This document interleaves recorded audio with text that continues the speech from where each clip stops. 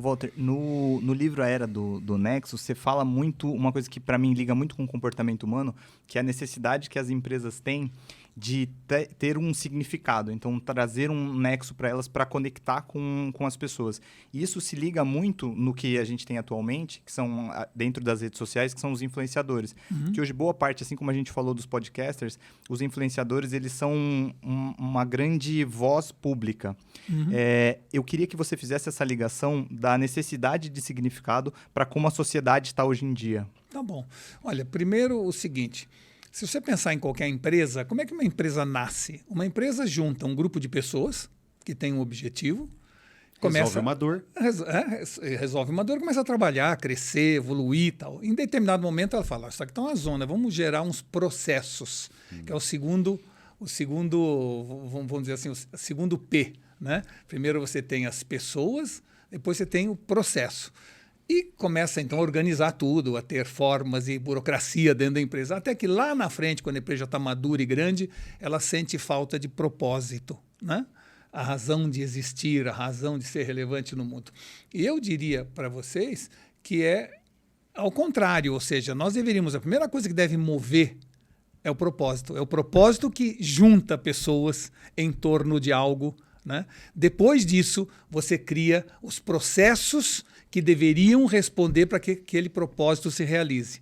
Em terceiro lugar, você vai buscar o time, as pessoas que melhor podem corresponder àquele propósito, que acreditam naquele propósito. E cada dia que passa, o propósito começou a crescer como importância corporativa.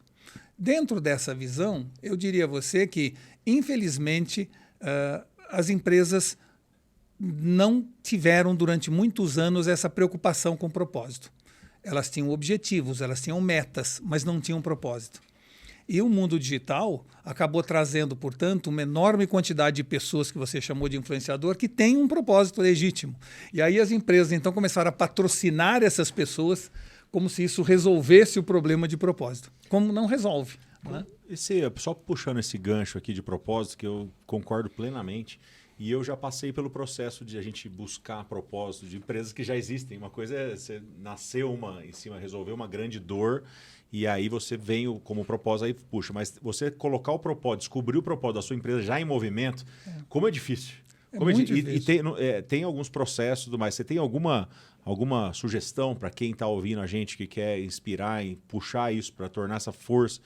Por onde começa a achar o seu propósito? Olha, o propósito é que acha a gente, e não nós que achamos o propósito. Todos nós temos vários sonhos, várias vontades, vários desejos, várias crenças. E a gente tem que fazer um exercício introspectivo de descobrir se eu sou de propósito ou sem querer.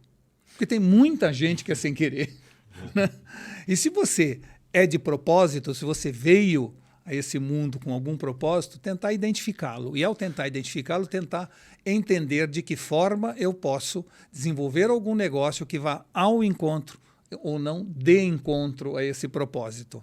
Depois de definido esse propósito, aí você começa a estruturar o seu negócio de molde a responder àquele propósito. O propósito é como o estandarte que ia na guerra, no tempo da Idade Média, na frente dos guerreiros. Ou seja, você tem que olhar lá na frente e entender todo dia qual a razão que você está lutando.